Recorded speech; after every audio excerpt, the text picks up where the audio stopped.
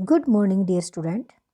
आज के इस वीडियो में हम करेंगे मुद्रा का अर्थ व मुद्रा के कार्य, अर्थात मुद्रा से क्या अभिप्राय है और मुद्रा कौन से कार्य करती है।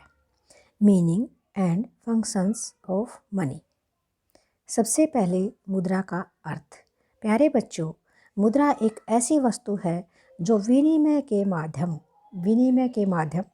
मूल्य के मापक, ऋणों के अंतिम भुगतान, मूल्यों के संचय के साधन के रूप में स्वतंत्र, विस्तृत तथा सामान्य रूप से व्यक्तियों द्वारा स्वीकार की जाती है। ये था मुद्रा का अर्थ। और अब हम करेंगे मुद्रा के कार्य। मुद्रा के कार्य। प्रोफेसर किनले ने मुद्रा के कार्यों को 3 वर्गों में बांटा है।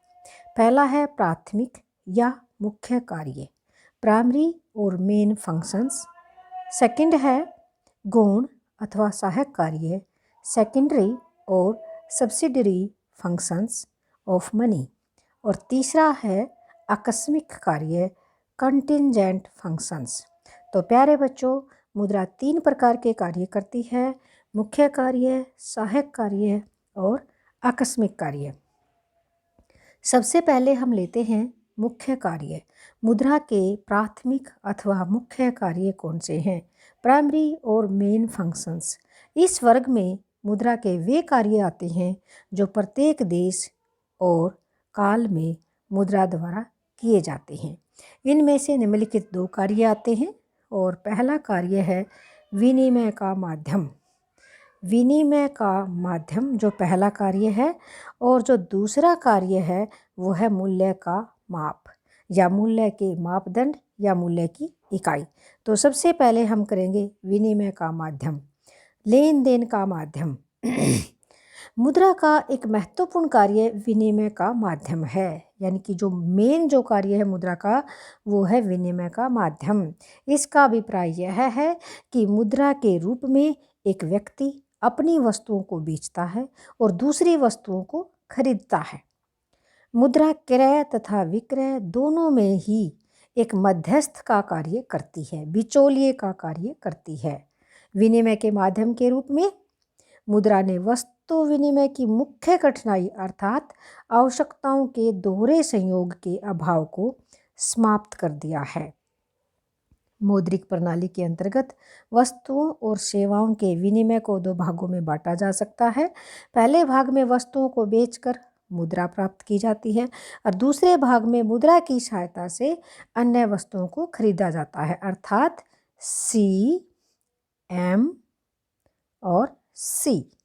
कमोडिटी। पहले हमारे पास कमोडिटी है और कमोडिटी को जब हमने बेचा तो हमने मनी प्राप्त किया और मनी के बदले में फिर हम कमोडिटी खरीद सकते हैं। तो आजकल की जो इकोनॉमी है, जो अर्थव्यवस्था है, वो है CMC। लेकिन मुद्रा से पहले जो हमारे पास इकोनॉमी थी वो थी CC इकोनॉमी। CC इकोनॉमी का मतलब है कि कमोडिटी के बदले में कमोडिटी, यानी कि वस्तुओं के बदले में वस्तुओं का विनिमय होता था वस्तु विनिमय प्रणाली में। अब होता है, पहले वस्तु है हमारे पास, उसको हम बेच देंगे, फिर हमारे पास मनी आ जाएगा और मनी के बदले में हम फिर वस्तु प्राप्त कर लेंगे, अर्थात CMC। इस प्रकार की इकोनॉमी हमारे पास अब है। मुद्रा के आने से जो वस्तुओं का यानी कि आवश्यकताओं के दोहरे संयोग की जो कठिनाई थी वो बिल्कुल ख़त्म हो गई है।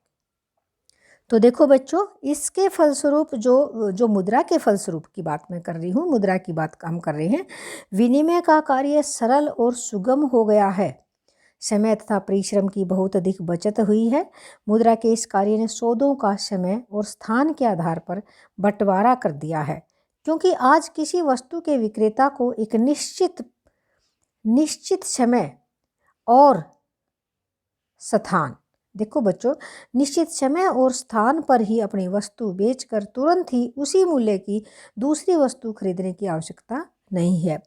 अब वह मुद्रा के रूप में अपनी वस्तु बेच सकता है। उस मुद्रा के द्वारा अन्य कोई भी वस्तु किसी भी समय किसी भी स्थान पर आवश्यकता अनुसार खरीद सकता है। तो प्यारे बच्चों, ये था विनिमय का माध्यम। मुद्रा का जो मुख्य कार्य है दो हैं, विनिमय का माध्यम और मूल्य का माप। तो जो विनिमय का माध्यम है ये क्लियर हो गया है। अब करेंगे विनिमय का माप या मूल्य का माप, मूल्य के मापदंड या मूल्य की इकाई। ये भी आप ध्यान से देखेंगे बच्चों। मुद्रा का दूसरा कार्य वस्तुओं और सेवाओं के मूल्य को मापना है। मुद्रा लेखे की इकाई के रूप में मूल्य का माप करती है। लेखे की इकाई से अभिप्राय यह है कि प्रत्येक वस्तु अथवा सेवाओं का मूल्य मुद्रा के रूप में मापा जाता है। वस्तु विनिमय की एक मुख्य कठिनाई मूल्य मापने का अभाव था। मुद्रा के द्वारा इस कठिनाई को दूर कर दिया जा सका है, मतलब दूर कर दिया गया है। प्रत्येक वस्तु और सेवाओं की कीमत मुद्रा के रूप में व्यक्त की जा सकती है। जब हम कहते हैं कि 1 किलो चीनी की कीमत 15 रुपये है, तो यह चीनी का मुद्रा में व्यक्त किया गया मूल्य है। क्राउथर के अनुसार यह लेखे की इकाई का कार्य करती है। यह मूल्य के मापदंड अथवा प्रमाणिक मापक जिससे अन्य सभी वस्तुओं की तुलना की जा सकती है का कार्य करती है।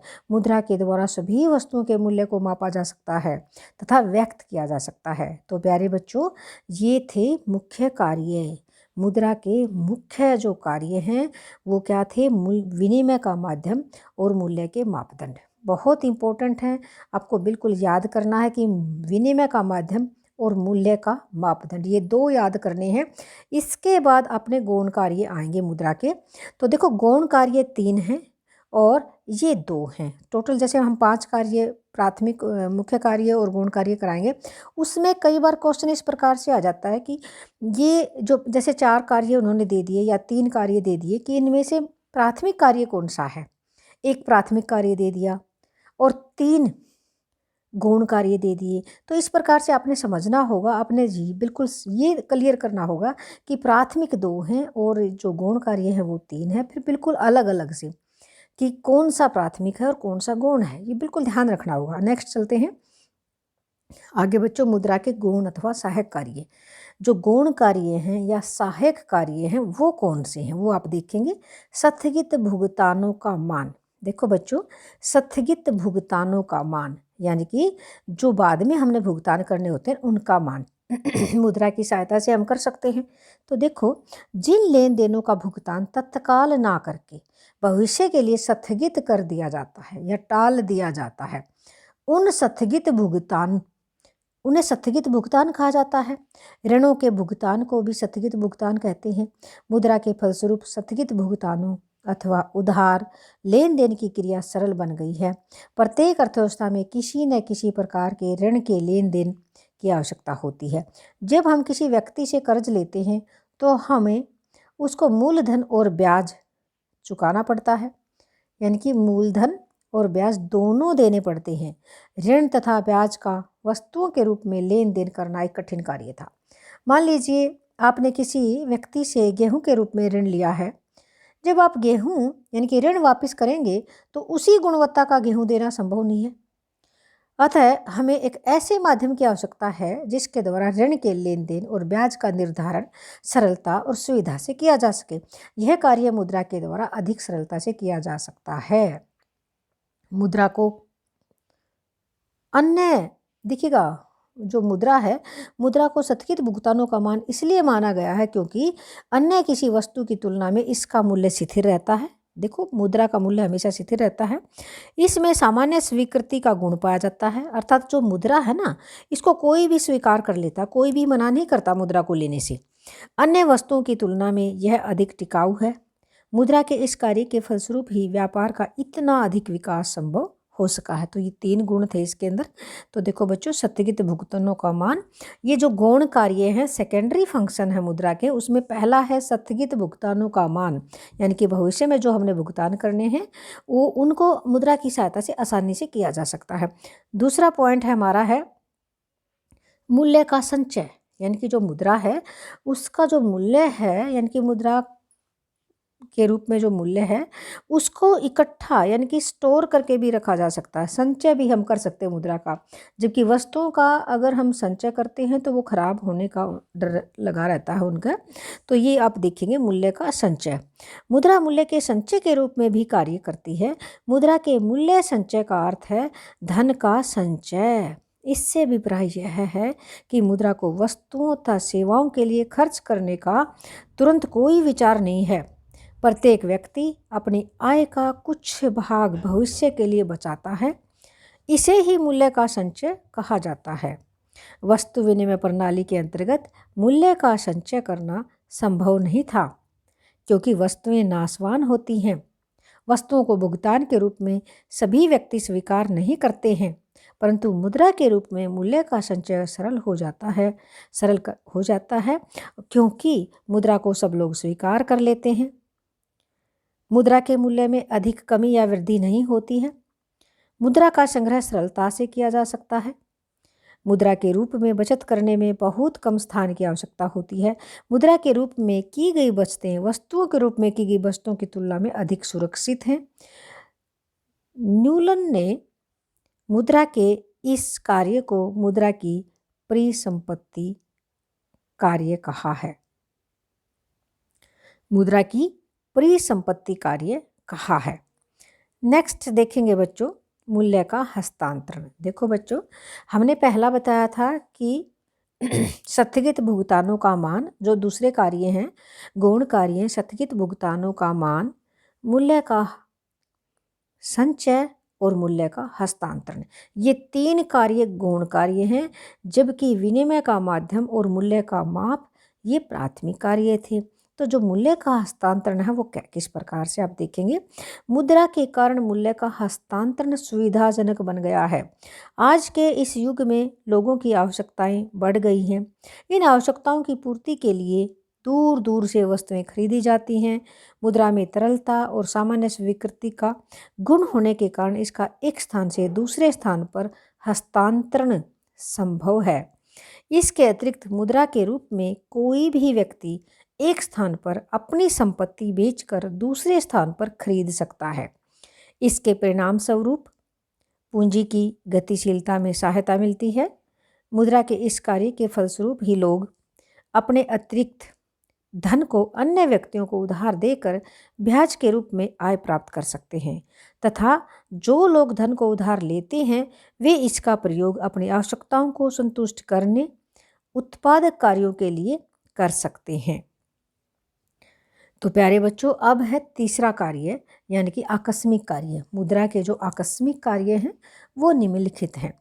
पहला कार्य है साख निर्माण का आधार। देखो बच्चों, जब मुद्रा नहीं थी तो साख का निर्माण नहीं होता था। आप देखो, जैसे व्यापारिक बैंक साख का निर्माण करते हैं, लेकिन बिना मुद्रा के साख का निर्माण नहीं हो सकता।